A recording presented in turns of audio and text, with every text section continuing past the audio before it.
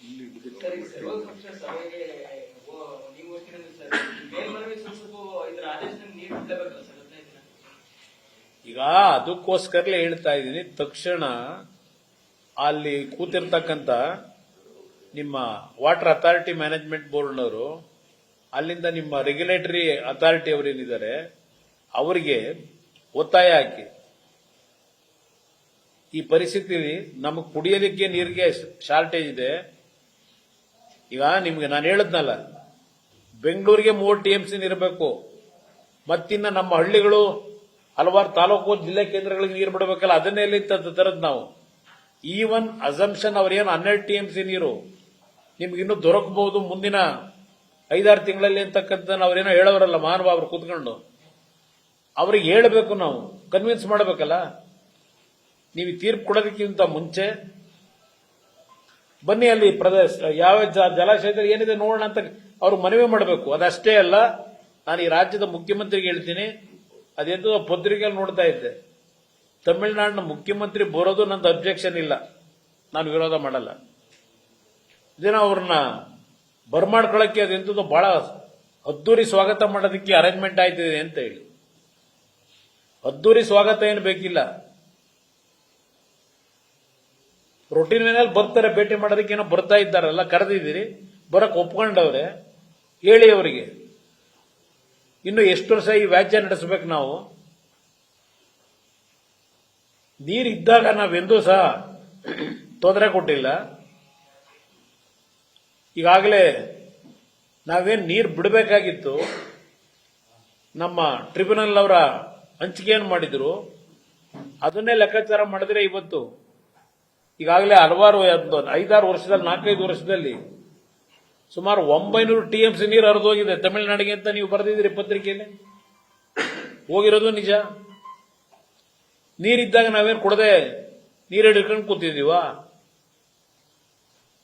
ಬರೀ ತಮಿಳುನಾಡರೇ ರೈತರ, ಕರ್ನಾಟಕದವ್ರು ರೈತರಲ್ವಾ? ಕನ್ವಿನ್ಸ್ ಮಾಡಿ, ಆಯ್ತು ಬಂದಿದಾರಲ್ಲ ಹೇಳಿ ಅವರಿಗೆ. ರಾಜಕೀಯ ಬಿಡಿ, ಅಲ್ಲಿ ನಿಮ್ಮ ಪ್ರತಿಷ್ಠೆಗಳಿಗೆ ತಮಿಳುನಾಡಿನಲ್ಲಿ ಇರ್ತಕ್ಕಂಥ ಪಕ್ಷಗಳು ನಿಮ್ಮ ರಾಜಕೀಯದ ಶಕ್ತಿ ಬೆಳೆಸ್ಕೊಳ್ಳಿಕ್ಕೆ ಕಾವೇರಿ ಅನ್ಕೊಂಡು ಕರ್ನಾಟಕನ ಹಾಳು ಮಾಡ್ತಾ ಇದ್ದೀರಲ್ಲ, ಅದು ಮಾಡಬೇಡಿ ಅಂತ ಹೇಳಿ ಕಳಿಸಿ.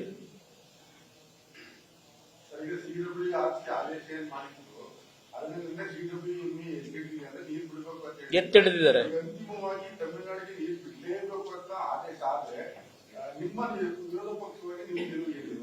ನೋಡಿ, ಗ್ರೌಂಡ್ ರಿಯಾಲಿಟಿ ಹೇಳಬೇಕು ಅನ್ನೋದು ನಾನು ಅದನ್ನೇ ಹೇಳ್ತಾ ಇರೋದು.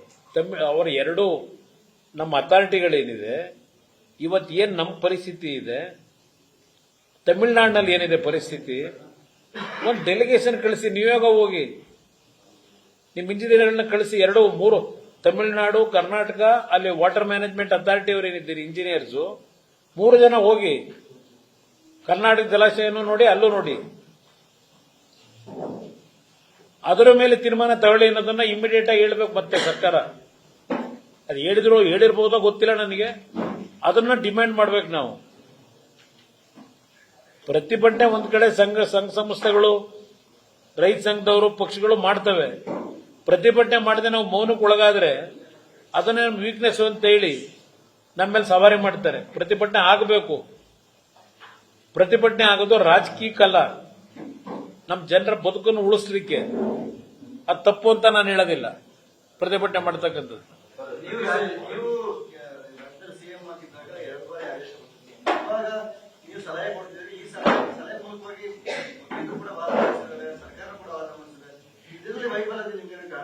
ಇಲ್ಲಿ ವೈಫಲ್ಯತೆ ಅಂದ್ರೆ, ನಾನು ಈಗಾಗಲೇ ಒಂದು ಬಾರಿ ನಿಮ್ಮ ಮುಂದೆನೆ ಹೇಳಿದ್ದೇನೆ, ಯಾವಾಗ ಉತ್ತಮವಂತ ಮಳೆ ಆಗಿ, ಯಾಕಂದ್ರೆ ಉದಾಹರಣೆ ಕಳೆದ ವರ್ಷ 3 ಬಾರಿ ಜಲಾಶಯಗಳು ತುಂಬಿತು ನಮ್ಮ ಭಾಗದಲ್ಲಿ.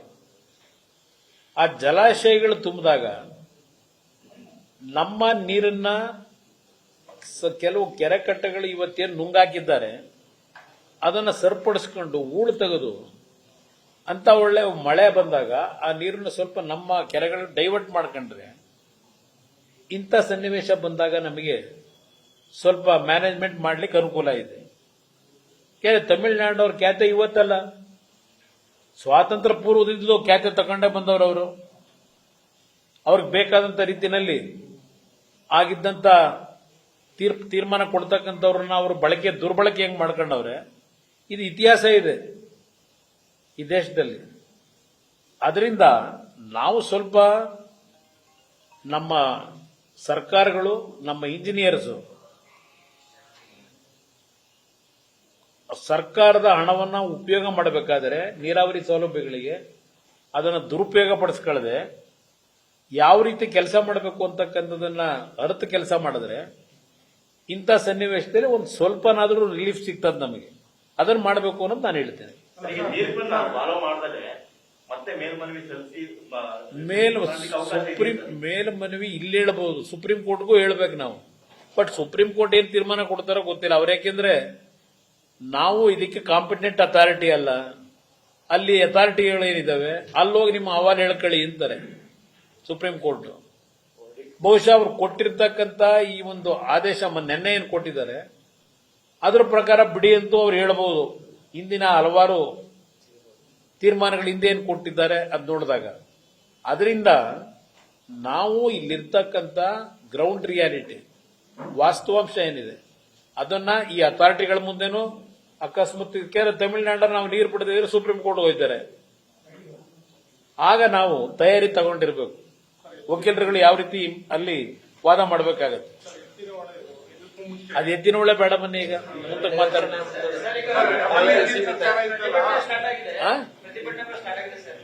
ಇವತ್ತು ರೈತ ಸಂಘಟನೆಗಳು, ಕನ್ನಡ ಪರ ಸಂಘಟನೆಗಳು ಬಂದಿಗೆ ಮಾಡಬೇಕು ಅನ್ನೋ ಸಭೆ ಇದೆ ಸರ್. ನಿಮ್ಮ ಪಕ್ಷದಲ್ಲಿ ಅದಕ್ಕೆ ಬೆಂಬಲ ಇದೆ? ಹೋರಾಟಕ್ಕೂ ನನ್ನ ಅಭಿಪ್ರಾಯದಲ್ಲಿ ಬಂದ್ ಮಾಡತಕ್ಕಂಥದ್ದು ಒಳ್ಳೆ ವಿಧಾನ ಅಲ್ಲ.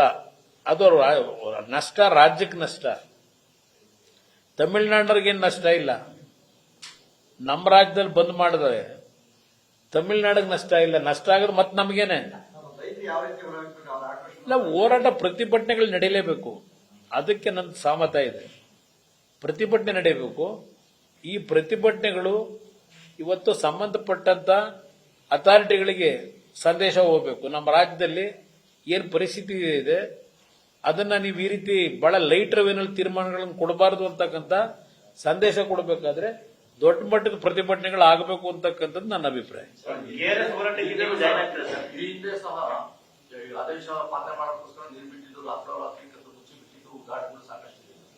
ಇದೇ ರೀತಿ ಈ ಬಾರಿನೂ ಆದ್ರೆ ಹಿಂದಿರುವೇನಾಗಿದೆ? ಇಲ್ಲಿ ಕದ್ದು ಮುಚ್ಚಿ ಬಿಡ್ತಕ್ಕಂಥದ್ದು ಏನಿಲ್ಲ, ಎಲ್ಲರಿಗೂ ಗೊತ್ತಾಗುತ್ತೆ. ಯಾವ ಸರ್ಕಾರಗಳು ನೀರು ಬಿಟ್ಟಾಗಲೂ ಕದ್ದೇನು ಬಿಡಲ್ಲ. ಗೇಟ್ ಓಪನ್ ಆಗುತ್ತೆ, ಜನಕ್ಕೆ ಗೊತ್ತಾಗಲ್ವ? ರೈತರಿಗೆ ಗೊತ್ತಾಗುತ್ತೆ. ಕೆಲವು ಬಾರಿ ಸುಪ್ರೀಂ ಕೋರ್ಟ್ನ ತೀರ್ಪಿನ ಹಿನ್ನೆಲೆಯಲ್ಲಿ ನೀರು ಬಿಡಬೇಕಾದಂತ ಅನಿವಾರ್ಯತೆ ಸರ್ಕಾರಗಳ ಮೇಲೆ ಬಂದಿದೆ. ನೀರಿನ ಕೊರತೆ ಇದ್ದಾಗ ಅವ್ರ ಡಿಮ್ಯಾಂಡ್ ಏನಿದೆ, ಸುಪ್ರೀಂ ಕೋರ್ಟ್ ತೀರ್ಪು ಕೊಟ್ಟಾಗ ಆ ತೀರ್ಪನ್ನ ನೀವು ತಲೆಬಾಗಲೇಬೇಕಲ್ಲ. ತಲೆಬಾಗದೇ ಇದ್ರೆ ಇದೇ ಹಿಂದೆನೆ ಬಂಗಾರಪ್ಪನವರು ಒಂದು ಸುಗ್ರೀವಾಜ್ಞೆ ತಂದ್ರು ಅವ್ರ ಮುಖ್ಯಮಂತ್ರಿ ಇದ್ದಾಗ. ಆ ಸುಗ್ರೀವಾಜ್ಞೆ ಏನಾಯ್ತು? ಕೊನೆಗೆ ಕಸದ ಬುಟ್ಟಿಗೆ ಹೋಯ್ತದು ಸುಗ್ರೀವಾಜ್ಞೆ. ಅದರಿಂದ ಭಾರತ ಒಕ್ಕೂಟದ ವ್ಯವಸ್ಥೆ ಅಂತಕ್ಕಂಥ ಹಿನ್ನೆಲೆಯಲ್ಲಿ ನಾವು ಗೌರವ ಕೊಡಲೇಬೇಕಾದ ಅನಿವಾರ್ಯತೆ. ಈಗ ಎಸ್.ಎಂ. ಕೃಷ್ಣ ಅವರು ನೀರು ಬಿಡಲಿಲ್ಲ. ಕೊನೆಗೆ ಅವರು ಮತ್ತೆ ಹೋದಾಗ ಕೋರ್ಟ್ನ ತೀರ್ಪನ್ನ ಉಲ್ಲಂಘನೆ ಮಾಡಿದ್ರು ಅಂತ ಹೇಳಿ ಕೊನೆಗೆ ಏನಾಯ್ತು ಎಸ್.ಎಂ. ಕೃಷ್ಣ ಅವರ ಕಾಲದಲ್ಲಿ? ಇದು ಎಲ್ಲ ಮುಖ್ಯಮಂತ್ರಿಗಳಿದ್ದಾಗ ಒಂದಲ್ಲ ಒಂದು ರೀತಿಯಲ್ಲಿ ಸಮಸ್ಯೆಗಳನ್ನು ಎದುರಿಸಿದ್ದಾರೆ.